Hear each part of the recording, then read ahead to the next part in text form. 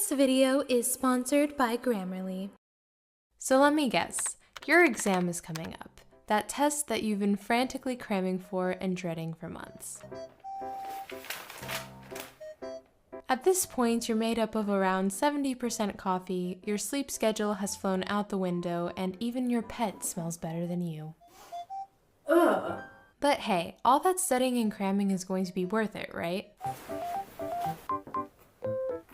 Well, now it's exam day, and here you are, ready for your exam, or not. Suddenly you realize your pencil doesn't have an eraser. Oh my gosh, my pencil. It doesn't have an eraser. And when you start actually taking the test, your mind draws a blank and you realize you've forgotten everything. I don't remember anything. Panic overwhelms you, and out of sheer desperation, you just randomly bubble in answers. So if you're like me and have struggled with test anxiety or just don't know what to do with yourself the day before and of an important exam, hopefully these study tips and exam day routine will help you not have a mental breakdown during the exam.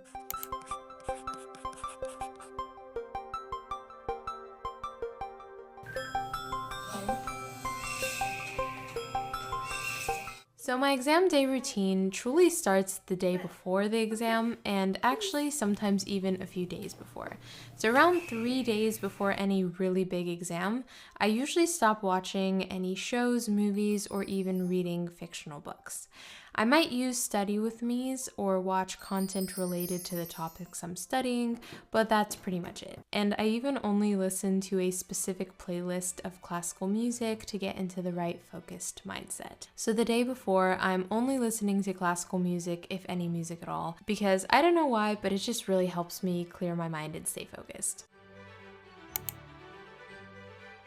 So exam day eve, if that's a thing, I'm either reviewing my exam summary pages or finishing making my exam summary pages. So my exam summary pages are really just summaries of the information that I feel least confident about and that I feel I need to keep reviewing the most. So the exam summary pages can have formulas or vocab or concepts that I feel I need to keep reviewing for one final day, or if it's an essay exam, it could be facts and dates that I need to memorize for good essay responses. So if I know there's going to be an essay question on the exam, I like to practice answering a few of the prompts in advance, and I'll usually type my practice responses for exams and midterms in Grammarly. So Grammarly is an all-in-one writing tool, not just a spelling and grammar checker, that improves your productivity and saves you time when you have multiple assignments to complete. It's free to download and easy to integrate into your daily life, and it works where you work, like Google Docs, to help you work more efficiently. So avoid losing out on easy marks with Grammarly. Instead of using multiple websites to find new words, you can use Grammarly's free synonym feature to replace your overused words. Also, it's easy to ramble when you're writing essays or assignments, especially on crunch time. So rewrite those hard to read and run-on sentences with Grammarly Premium's Clarity full sentence rewrites. And when you upgrade to Grammarly Premium, you can get your work done quicker and save time finding citations with Grammarly Premium's plagiarism detector to double check your work is your own across 16 billion other web pages. With midterms and assignments piling up, succeed in school with tools like Grammarly. It's free, why not? Go to grammarly.com/studies2success to sign up for a free account, and if you'd like to get extra features, upgrade to Grammarly Premium for 20% off to help you save time and work more efficiently.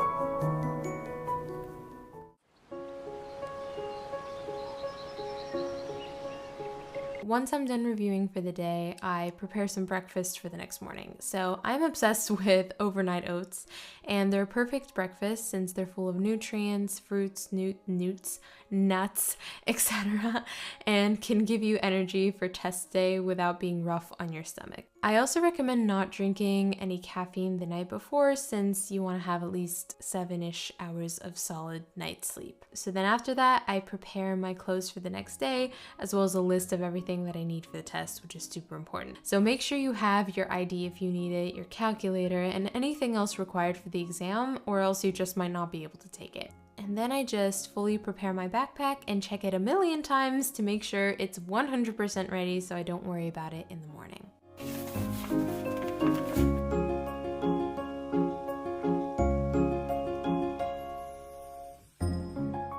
So now it's the morning of the exam, so I'm having my breakfast while reading over my exam summary pages again. Then I bring the summary pages with me in a folder usually, but I don't recommend reading them in the car if you're being driven by your parent, since you might get car sick. So if the test center allows it, because usually there's like some waiting period, I usually keep reviewing until the last possible minute, which I know most people don't recommend, but it works for me because immediately once the exam begins, I always write down whatever I can remember that I struggled with the most from my exam summary pages onto the very front page, any free space that's there pretty much, that I was just reading right before the exam. That usually takes maximum 3 to 4 minutes.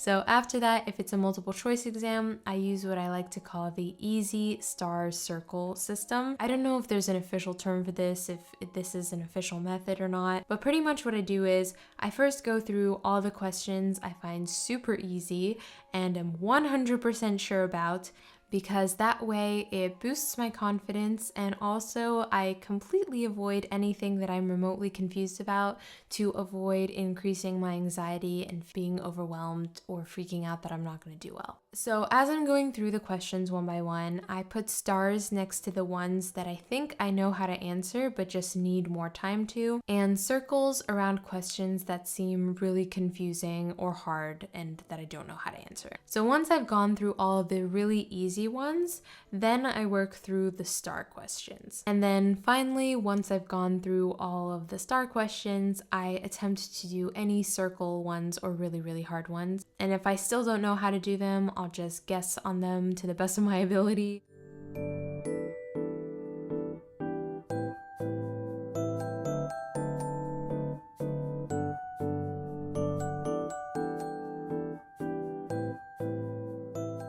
If it's an essay-based exam, I'll try to give myself around a quarter of the time that I have to write out an outline of everything and any facts or names or points that I remember from my exam summary page that I want to add. And then I just write as fast as I can based on my outline, and I try to divide each paragraph time-wise into equal amounts of time, giving myself at least a 5-minute window before the end of the exam.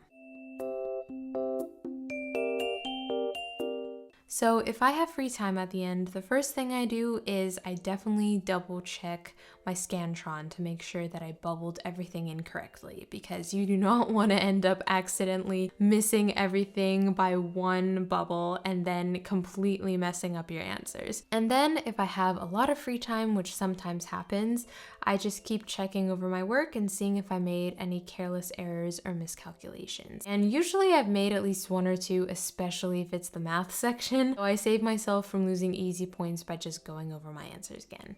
And yeah, so then I just keep reviewing and double checking until the exam is done.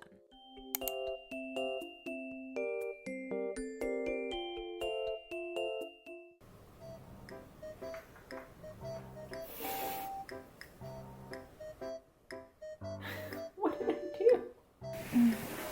Ah, shh, sit. Why did you lie down exactly on my papers? Are they really that comfortable for sleeping?